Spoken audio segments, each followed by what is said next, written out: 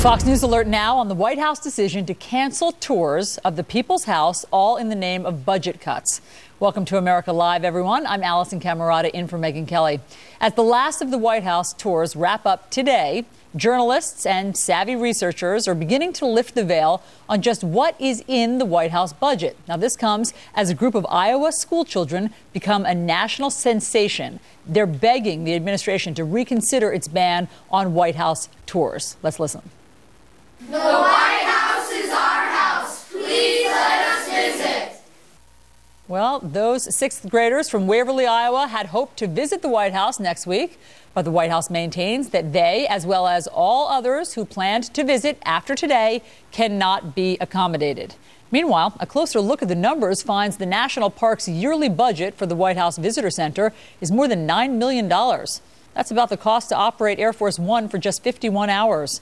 And critics point out that the White House has no problem spending tax dollars to keep not one, not two, but three calligraphers on staff. Together, they make $277,000 a year. And then there's the first dog, Beau Obama. Wherever he goes, whenever he goes, to a Petco or a PetSmart, he travels by motorcade.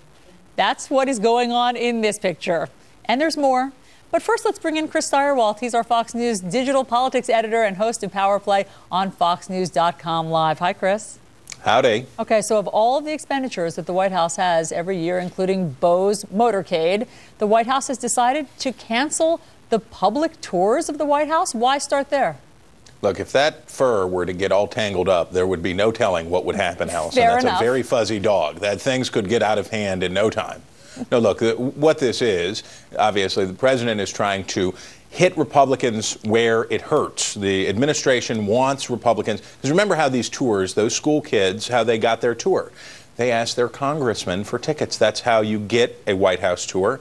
Now the president and his team, at least, figured last week, we'll tell the Republicans they have to call those folks up and email those folks and say about the tour. Well, you don't get to go, and that it would hurt the Republican congressman. Well, as it turns out, people are savvier than that, and they say, hey, wait a minute. You guys spend a ton of money on a ton of stuff. How come the first thing that you close, how come the first thing that you take away from us is public tours? That sounds wrong, and it's indicative of a larger problem that the administration and the president are having as they try to keep up this push against these automatic reductions to automatic increases in spending, which is this. If you talk about relatively small amounts of money inside the federal government, which is what we're talking about here as you go agency by agency, the Republicans have an endless list of wasted money in the federal government. Tom Coburn, senator from Oklahoma, has made it his life's work to explore and document stupid spending by the federal government. So everything that you cut that's worth having, they can say, hey, wait a minute, what about stuff that's silly that you spend money on? Robotic squirrels and all that good stuff. Right, right. Chris, let me play for you the response of some people who were the last visitors to the White House before this policy goes into effect at the end of today. They were in line to get into the White House. Let's hear what they had to say about this. I don't think it was a reasonable decision. This is our house. We should be able to go into it. It's a lot of money, but I'm sure that we spend more than that on other stuff that people would maybe be considering frivolous. Oh, it's a shame, and I suspect that what they save here is not really going to make a difference in the country's economy. Well, I think it's unfortunate that they're using the White House tours as a method to suck more money out of the public, basically, but that's how government works and negotiating works, I suppose. Chris, that very first woman there said the White House is our house. That's exactly what those Waverly, Iowa kids said. They said, the White House is our house. Please let us visit. So is it possible that this will result in a backlash against the administration, not Congress, but the White House itself? Well, it has resulted in a backlash. Now the question is, can the president stake out this position? He has a very terrible choice to make over the next 3 or 4 weeks, which is this. The federal government is going to run out of authorization for spending towards the end of this month. The president wants Republicans back on their heels over cuts. He wants spending to go up by more. The Republicans want it to go up by less, and they're duking this out. So it's up to the president now, with his approval ratings on the schneid, with things not how he wants them to be.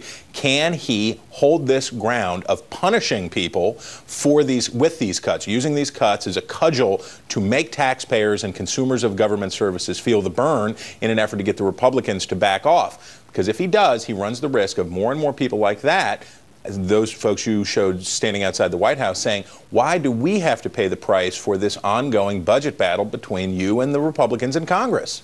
Hey, Chris, very quickly, last, what do the 3 White House calligraphers do for almost $300,000 a year?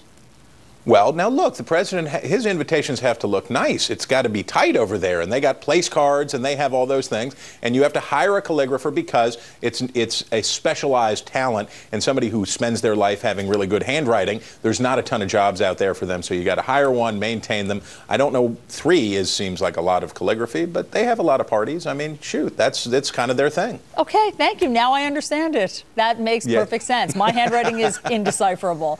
Right, mine too. Thanks so much, Chris Sarwat. You bet.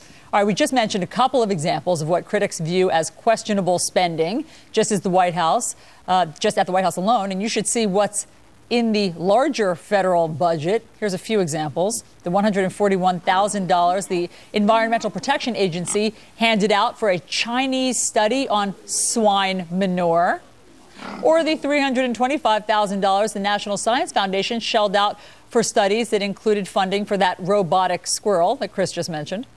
We hear there are also plans in the works to develop a robotic kangaroo rat.